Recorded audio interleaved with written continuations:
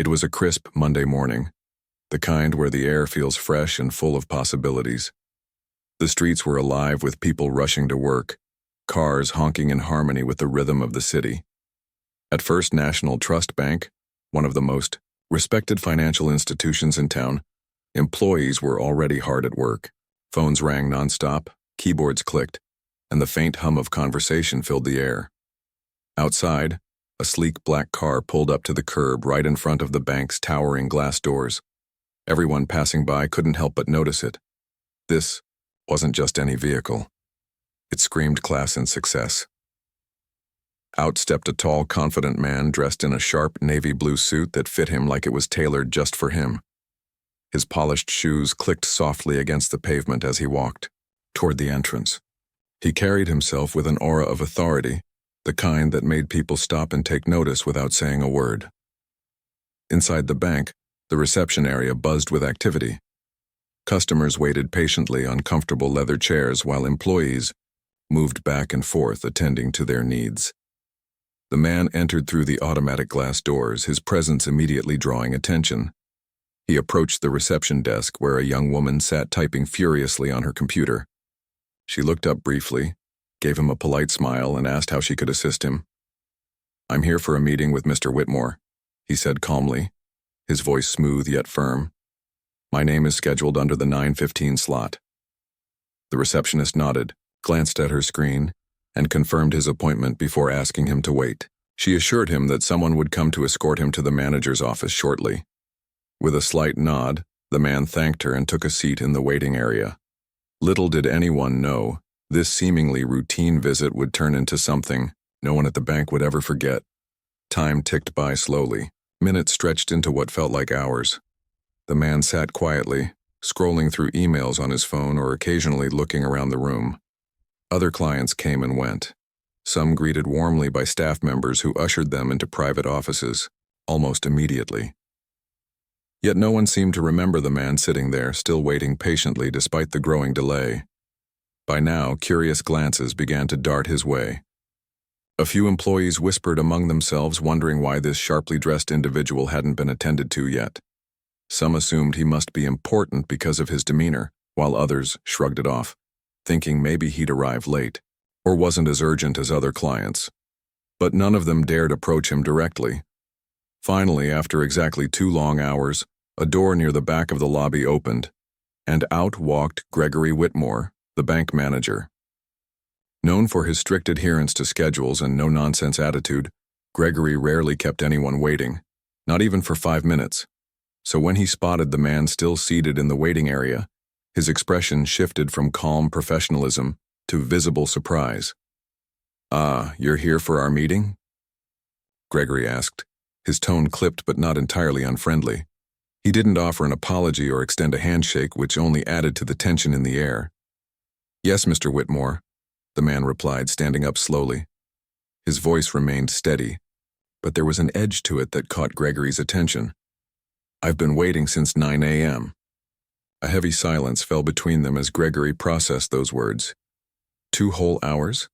How had this happened? As realization dawned on him, his face flushed slightly, though he quickly masked it with his usual composed demeanor. Without another word, he gestured for the man to follow him into his office.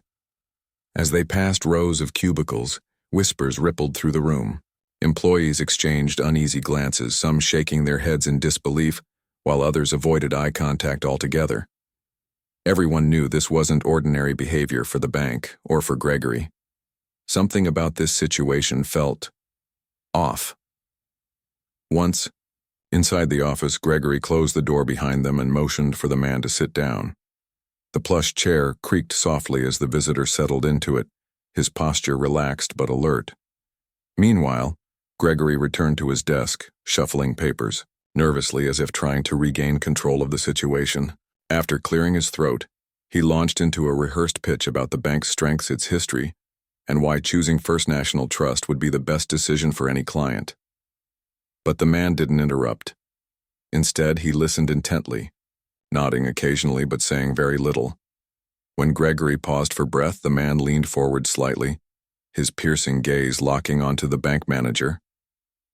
"Tell me, Mr. Whitmore," he began, his voice calm but laced with steel. "How often do your clients wait 2 hours for a scheduled meeting?"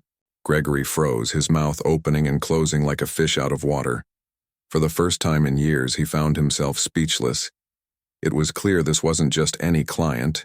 It was someone who expected more than empty promises. Someone who demanded respect. And as Gregory realized the magnitude of his mistake, he knew this meeting was far from over. The air in the office grew thick with tension. Gregory Whitmore, usually so composed and in control, now looked like a man caught in headlights. His rehearsed pitch about the bank's excellence and its commitment to high-profile clients trailed off awkwardly as he realized the gravity of the situation. He glanced at the man sitting across from him, calm, collected, and clearly not someone who could be brushed aside easily. Gregory tried to recover. "Well, these things happen occasionally," he said, forcing a laugh that sounded more nervous than casual. "But let's focus on why you're here today. You're looking for a loan, correct? Let me walk you through our options." Instead of responding immediately, the man leaned back in his chair, studying Gregory with an intensity that made the bank manager shift uncomfortably in his seat. There was no anger in his expression, just quiet determination. When he finally spoke, his voice was calm but firm. "I appreciate your enthusiasm, Mr. Whitmore, but before we discuss numbers or terms, I think it's important to address what just happened out there." He gestured toward the closed door, behind which dozens of employees were likely still whispering about the 2-hour wait. "This isn't just about me being kept waiting. It's about how people are treated when they walk into this building. Respect is non-negotiable, wouldn't you agree?" Gregory blinked rapidly, caught off guard by the directness of the question. He had expected negotiations, paperwork, maybe even some tough questions about interest rates. But this felt personal, and it hit closer to home than he cared to admit. "Of course, respect is paramount," Gregory stammered, fumbling for words. "And I assure you, this kind of oversight won't happen again. We value all our clients equally." "So," man raised an eyebrow slightly as if weighing whether to believe those words. Then, without missing a beat, he reached into his briefcase and pulled out a folder. He slid it across the desk toward Gregory. Inside were documents detailing his company's financial standing, recent achievements, and plans for expansion. It was clear this wasn't just any business deal. It was a massive opportunity for the bank, one that could set records and boost its reputation significantly. Gregory flipped through the pages, his eyes widening as he absorbed the information. The numbers were staggering. This client represented millions, not just in potential loans but also in future partnerships and investments. And yet, despite the enormity of the opportunity, Gregory couldn't shake the feeling that something deeper was at play here. This wasn't just about money. It was about trust. "You see, Mr. Whitmore," the man continued, leaning forward slightly, "trust is the foundation of any relationship, professional or otherwise. If I can't trust that my time will be respected, how can I trust that my business will be handled with care? That's not a risk I'm willing to take lightly." His tone wasn't accusatory, but it carried weight. Each word landed like a pebble dropped into still water, sending ripples through the room. Gregory felt the walls closing in around him. He knew he had messed up, and now he was paying the price, not just financially, but professionally and personally. Desperation began to creep into Gregory's voice. "Please let me make this right. Tell me what I need to do." The man studied him for a moment longer, then nodded slowly. "All right, here's what's going to happen. First, I want transparency. No excuses, no sugarcoating. Second, I expect action, not just words. If you're serious about earning my trust, prove it." Gregory swallowed hard. He had spent years climbing the corporate ladder, building a reputation as a no-nonsense leader who demanded perfection from his team. Yet here he was, humbled by a single client who had exposed a flaw in the very system he prided himself on, running. For the first time in his career, Gregory realized that leadership wasn't just about managing numbers or enforcing rules. It was about accountability.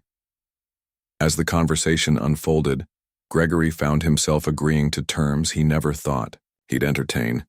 Mandatory diversity training for all employees. A public statement acknowledging areas where the bank needed improvement. Regular check-ins between the client and senior management to ensure progress was being made. These weren't just requests. They were demands, delivered with a clarity that left no room for negotiation. By the end of the meeting, Gregory was sweating profusely, his crisp white shirt damp under the collar. But the man sitting across from him remained cool and composed, his expression unreadable. As they shook hands to seal the agreement, Gregory couldn't help but wonder, would this be the beginning of redemption, or the start of something far bigger than either of them anticipated? When the man left the office, the atmosphere in the bank shifted instantly. Employees who had been whispering among themselves fell silent, watching as he strode confidently through the lobby. Some looked ashamed, others curious, but everyone felt the weight of what had just transpired. Word spread quickly, and by lunchtime, the entire branch was buzzing with speculation. In the break room, a group of tellers huddled together, discussing the morning's events in hushed tones. One of them, a young woman named Lisa, summed it up best. "I've worked here for 5 years and I've never seen anything like this. That guy didn't yell or throw a fit, he just handled it. Like he knew exactly what he was doing." Her colleague, an older man named Tom, nodded thoughtfully. "Yeah, but don't you think it's about time? We talk a big game about customer service, but how often do we actually live up to it?" Lisa shrugged. "Maybe this is the wake-up call we needed." Meanwhile, Gregory retreated to his office, shutting the door firmly behind him. He sank into his chair, rubbing his temples as the reality of the situation sank in. This wasn't just a missed appointment. It was a glaring reminder of the cracks in the foundation of his leadership. If he wanted to keep his job and his dignity, he would have to make real changes. Not just for this client, but for everyone who walked through those glass doors. Outside, the city buzzed with life, oblivious to the drama unfolding within the walls of First National Trust Bank. But inside, the seeds of transformation had been planted, and as the day wore on, it became clear that nothing would ever be the same again. The days that followed the meeting were unlike anything the employees at First National Trust Bank had ever experienced. Gregory Whitmore, usually a man of routine and strict schedules, seemed to be everywhere at once. He called emergency meetings with department heads, sent out emails outlining new priorities, and even walked the floor to speak directly with frontline staff. It was clear something big was happening, but no one quite knew how to react. At first, skepticism filled the air. Some employees whispered among themselves, wondering if this sudden burst of activity was just for show. "He's probably trying to save face," one teller muttered during a coffee break. Another chimed in, "Yeah, I bet things will go back to normal in a week." But as the changes began rolling out, it became harder to ignore the fact that Gregory wasn't just talking, he was taking action. The first major step came when the bank announced mandatory diversity and inclusion training for all employees. Flyers went up on bulletin boards and reminders popped up in everyone's email inboxes. At first, there was resistance. A few grumbled about having their schedules disrupted or questioned why such training was necessary. "We treat everyone the same here," one older employee said dismissively during a team briefing. But the trainers brought in for the sessions quickly proved otherwise. Through interactive workshops and real-life examples, they highlighted subtle biases and behaviors that often went unnoticed. One exercise involved role-playing scenarios where participants acted as both customers and employees. By stepping into someone else's shoes, many began to see things from a different perspective. For Lisa, the young woman who had earlier wondered if this was the wake-up call the bank needed, the training hit close to home. She remembered an incident months ago when she had unintentionally made a customer feel unwelcome by rushing them through a transaction. At the time, she hadn't thought much of it. After all, she was just doing her job. But now, reflecting on that moment, she realized how small actions could leave lasting impressions. As the weeks passed, more changes took shape. Posters promoting inclusivity appeared on the walls, featuring slogans like "Every client matters" and "Respect starts here."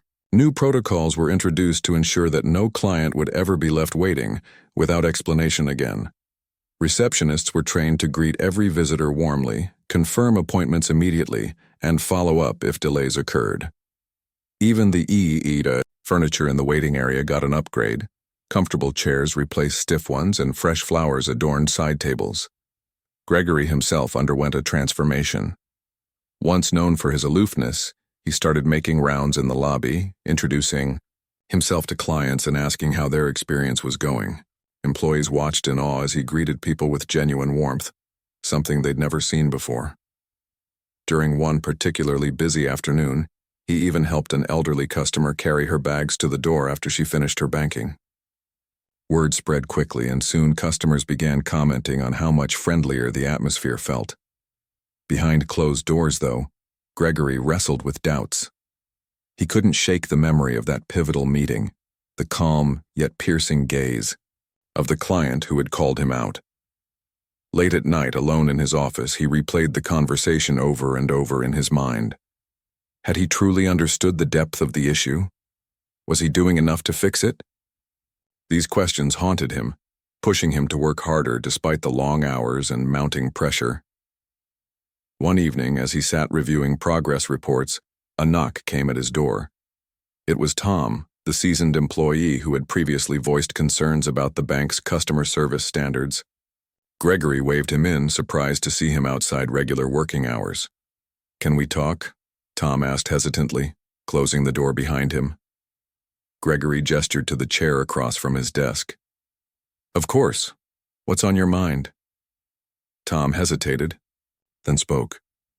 "Look, I'll be honest, I didn't think you'd actually follow through with all this. Most managers say they're going to change things, but nothing really happens. But seeing what you've done these past few weeks, well, it's got me thinking." Gregory leaned forward, intrigued. "Thinking about what?" "That maybe we've been part of the problem," Tom admitted. "I mean, sure, we've always treated our clients professionally, but professionalism isn't the same as respect. We've been so focused on getting things done efficiently that we forgot to slow down and actually connect with people. That client showed us that. And so did you." Gregory let out a long breath, feeling a mix of relief and gratitude. For the first time, he realized he wasn't alone in this journey. His efforts were starting to resonate, not just with clients, but with his own team. Word of the bank's transformation began to spread beyond its walls. Local news outlets picked up on the story, praising First National Trust for its bold steps toward accountability. Other businesses in the area took notice too, sparking conversations about workplace culture and customer relations. Some competitors rolled their eyes, dismissing the changes as a PR stunt, while others quietly acknowledged that the bank might be onto something. Amidst all the buzz, the client who had sparked the change remained a steady presence. True to his word, he kept a close eye on the bank's progress, attending quarterly reviews and offering constructive feedback. He praised improvements, but didn't shy away from pointing out areas that still needed work. To the employees, he became more than just a client. He was a mentor, someone who challenged them to do better not because they had to, but because they wanted to. By the end of the third month, the bank was almost unrecognizable. Morale among employees had soared, and customer satisfaction ratings reached record highs. People who had once dreaded coming to work now found joy in knowing they were part of something meaningful. The waiting area, once a place of frustration, became a hub of positive interactions.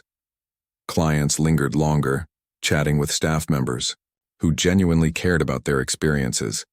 Even the city itself seemed to respond to the shift. More diverse clientele began walking through the glass doors, drawn by the bank's newfound reputation for inclusivity. Small business owners, retirees, young professionals all felt welcome. And as each person walked out with a smile, the ripple effect of change grew stronger. Back in his office, Gregory reflected on how far they'd come. The road ahead was still long, and challenges undoubtedly lay in wait. But for the first time, in years, he felt proud, not just of the bank's numbers, but of the people who made it run. They weren't perfect, but they were trying. And sometimes that was enough. Outside, the sun dipped below the horizon, casting golden light across the city skyline. Inside the bank, Life continued to hum along. Quieter now, but full of purpose. Change had arrived. Not with fanfare or fireworks, but with quiet determination. And as the day ended, one thing was certain: this was only the beginning. The transformation at First National Trust Bank wasn't just a story of policy changes or new posters on the walls. It was about people. Real people, with real emotions, habits, and histories, who were learning to see their world differently. The ripple effects of the changes could be felt in every corner of the building, from the bustling lobby to the quiet back offices where employees once worked in isolation. One morning, a few months into the overhaul, Lisa, the young teller, found herself face to face with a customer she hadn't seen in years. It was Mrs. Henderson, an elderly woman who used to visit the bank regularly, but had stopped coming after a particularly frustrating experience. Back then, Lisa remembered feeling overwhelmed by the long line of customers waiting behind her. In her rush to keep things moving, she'd barely acknowledged Mrs. Henderson's concerns about a missing transaction. The memory still made her cringe, but this time was different. When Mrs. Henderson approached the counter, Lisa greeted her warmly, calling her by name. "Mrs. Henderson, it's so good to see you again," she said with a smile that reached her eyes. "How can I help you today?" The older woman hesitated for a moment, as if unsure whether the warmth was genuine. Then slowly she smiled back. "Well, I need to update my address, dear. But honestly, I wasn't sure if I should come back here. Last time, well, it wasn't the best experience." Lisa felt a pang of guilt but didn't shy away from the comment. Instead, she leaned slightly forward and said, "I'm really sorry to hear that, Mrs. Henderson. I know we let you down before, and I want to make sure that doesn't happen again. Let me take care of this for you right now." By the time Mrs. Henderson left the bank, she was beaming. Not only had her issue been resolved quickly, but Lisa had taken the extra step of walking her through some new features on the bank's app that would make managing her accounts easier. As Mrs. Henderson walked out, she turned back and said, "You know, maybe I'll start coming here more often. It feels different now. Better." Moments like these became more frequent as the weeks went by. Employees weren't just following procedures anymore. They were connecting with clients on a personal level. They listened actively, asked thoughtful questions, and went out of their way to ensure everyone felt valued. For many staff members, this shift didn't come naturally. It required effort, patience, and a willingness to unlearn old habits. But the rewards were undeniable. Gregory Whitmore noticed these small victories too. During one of his rounds in the lobby, he overheard a conversation between a loan officer and a young entrepreneur who was applying for funding to launch a community-focused tech startup. The officer wasn't just discussing numbers, he was genuinely interested in the applicant's vision and offered advice based on his own experiences. Gregory paused, watching the interaction unfold, and felt a swell of pride. This was the culture he'd been striving to build, a place where relationships mattered more than transactions. But not everything was smooth sailing. Change is rarely easy, and resistance lingered in unexpected places. Some senior employees, set in their ways, struggled to adapt to the new approach. One day, during a team meeting, an older manager voiced his frustration. "I've been doing this job for 25 years, and suddenly I'm supposed to act like I'm auditioning for some feel-good movie. It's exhausting." His words hung, heavy in the air, and for a moment tension filled the room. But instead of shutting him down, Gregory responded thoughtfully. "Look, I get it. None of us signed up to be social workers when we took these jobs, but think about why people choose to bank with us. Is it because we're the cheapest option? Or is it because they trust us to treat them like human beings, not account numbers?" The room fell silent as the truth of his words sank in. Slowly, heads began to nod. Even the skeptical manager cracked a small smile. "All right," he said, gruffly. "Point taken. But don't expect me to start handing out hugs anytime soon." Everyone laughed, breaking the tension. Little by little, even the most resistant employees began to embrace the new mindset. Not because they were forced to, but because they started seeing the impact firsthand. Meanwhile, the client who had sparked the entire transformation remained a constant presence. He attended quarterly reviews with the same calm authority that had first caught Gregory's attention. At each meeting, he pushed for transparency, asking tough questions and holding the bank accountable for its promises. Yet, he also celebrated progress, acknowledging the hard work of both management and frontline staff. During one review, he shared a story that resonated deeply with everyone in the room. "A few weeks ago," he began, "I visited another branch of your bank. A young clerk there recognized me and thanked me for helping bring about the training programs. She told me how much she'd learned from them. Not just about treating clients better, but about understanding herself and her biases. That's the kind of change that lasts." His words stayed with Gregory long after the meeting ended. They reminded him that this journey wasn't just about fixing mistakes or improving metrics. It was about creating a legacy. Every employee, every client, every interaction contributed to a larger narrative of growth and accountability. As the months passed, the bank's reputation continued to grow. Word of mouth spread faster than any marketing campaign ever could. Local businesses that had previously avoided First National Trust began opening accounts. Community leaders praised the institution for its commitment to inclusivity. Even competitors couldn't ignore the buzz, with some quietly adopting similar initiatives in their own organizations. For the employees, the sense of pride was palpable. They no longer saw themselves as mere cogs in a machine. They were part of something bigger. Their work had meaning, and that realization transformed not just the bank but their lives outside of it too. Conversations around dinner tables shifted, from complaints about long hours to stories of meaningful connections made during the day. Even the physical space of the bank reflected the cultural shift. Brighter lighting replaced the dim fluorescence, plants added life to sterile corners, and art created by local artists adorned the walls. The waiting area, once a source of frustration, became a welcoming space where clients lingered comfortably. Children played with toys provided by the bank, while parents chatted with friendly staff members. It was no longer just a place to deposit checks or withdraw cash, it was a community hub. Back in his office, Gregory often found himself reflecting on the journey. He thought about the man who had walked into the bank that fateful Monday morning and refused to let disrespect slide. Without raising his voice or making demands, he had planted a seed of change that grew into something extraordinary. Gregory realized that leadership wasn't about control or authority. It was about listening, learning, and being brave enough to admit when you're wrong. Late one evening, as he prepared to leave the office, Gregory glanced at the framed photo on his desk. It was a picture of his family taken years ago during happier times. He picked it up, running his fingers over the glass. For the first time in a long while, he felt hopeful, not just for the bank, but for himself. Change was possible even in the unlikeliest of places. As he locked up and stepped outside, the cool night air greeted him. The city lights twinkled in the distance, alive with energy and possibility. Somewhere out there, the man who had inspired this transformation was likely continuing his own work, leaving ripples of positive change wherever he went. And inside the bank, those ripples had turned into waves, carrying everyone forward together.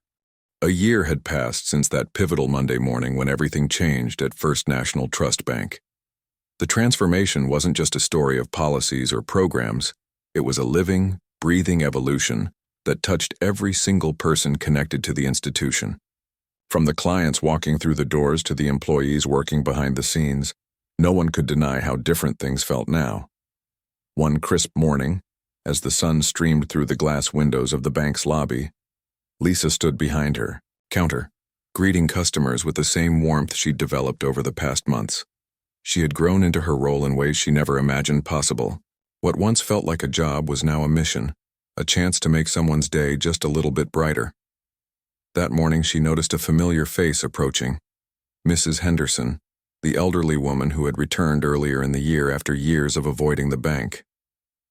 "Good morning, Mrs. Henderson," Lisa said cheerfully, stepping out from behind the counter to meet her halfway.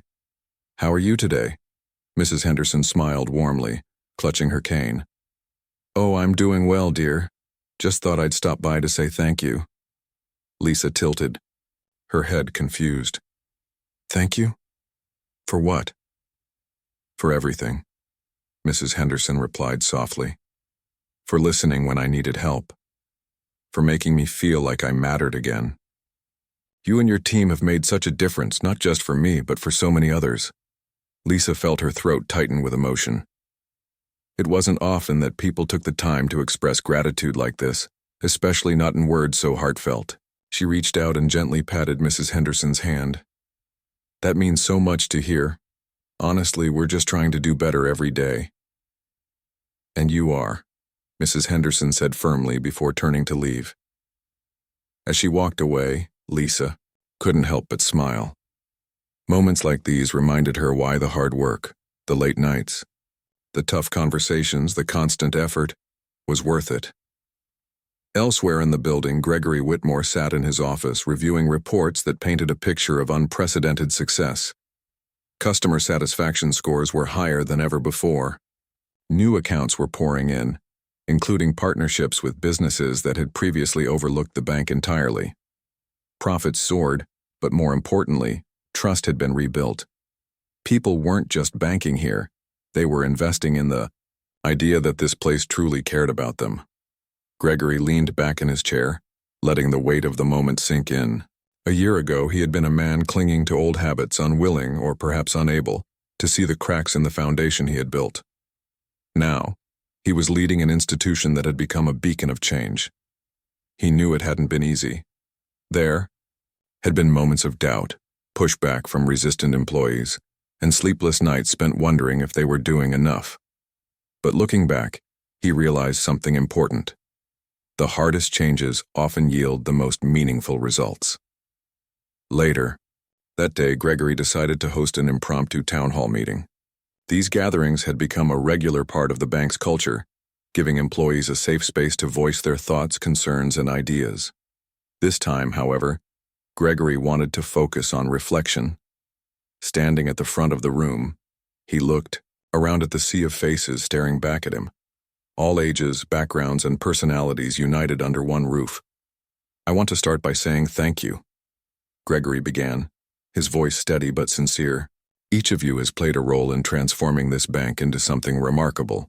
When I first started down this path, I'll admit, I didn't know if we could pull it off. But seeing how far we've come, I can confidently say that none of this would have been possible without all of you."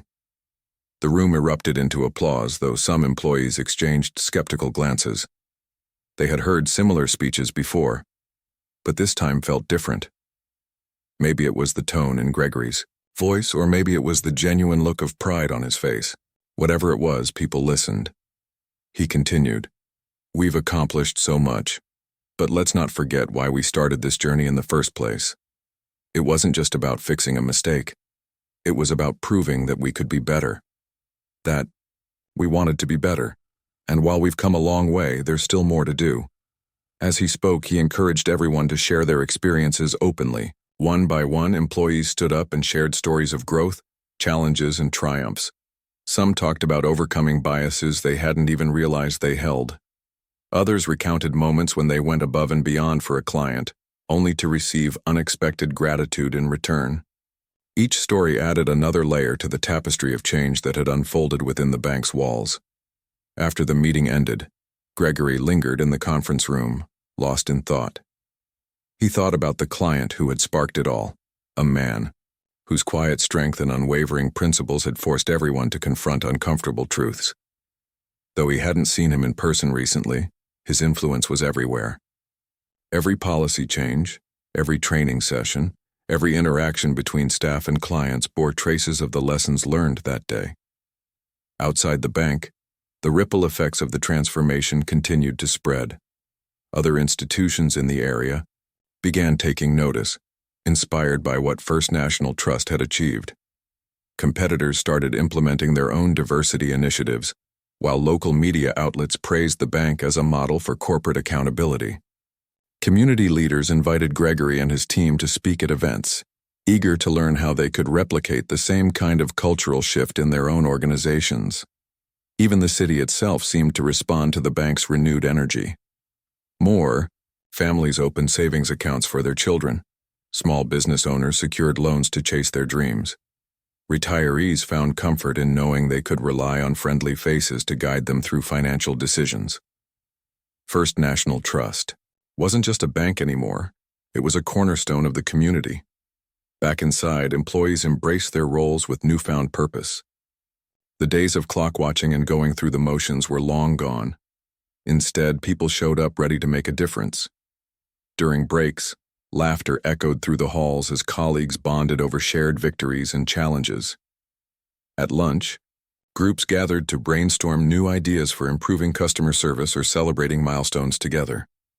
One afternoon, Lisa approached Gregory with a suggestion.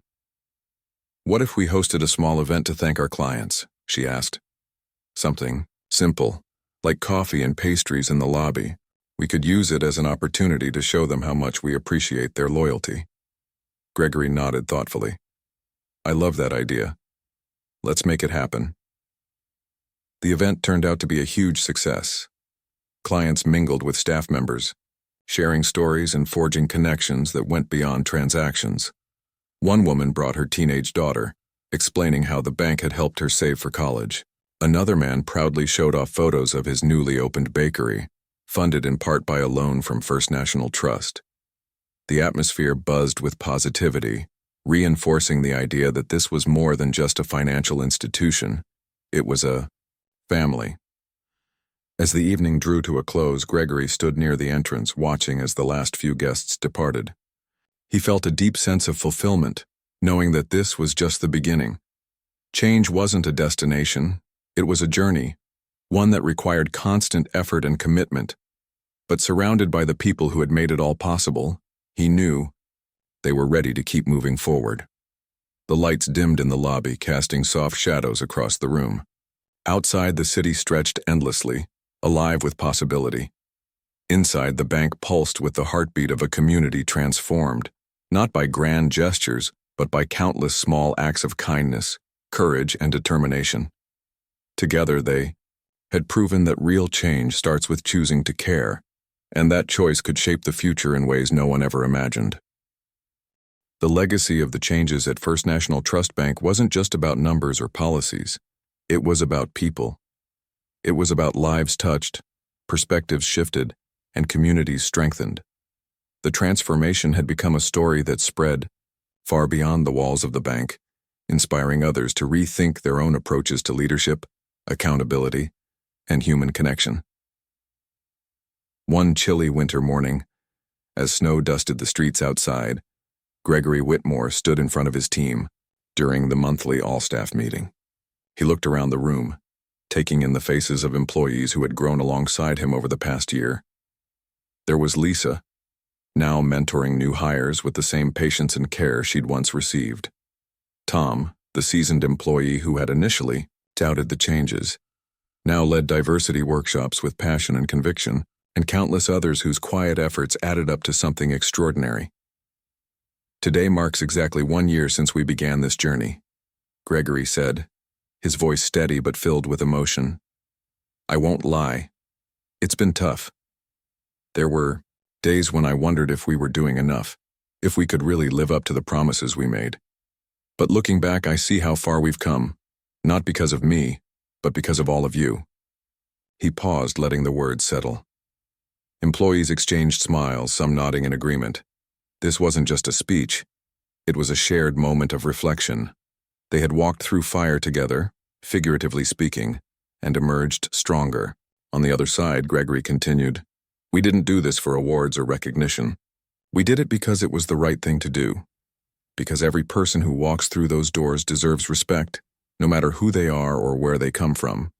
And while we still have work to do, I'm proud of what we've built here." As he finished speaking, applause broke out. It wasn't the polite clapping of a formal gathering, it was heartfelt, spontaneous, and full of gratitude. For many, it was a reminder of why they woke up each morning ready to give their best. After the meeting, Lisa found herself chatting with a group of colleagues near the coffee machine.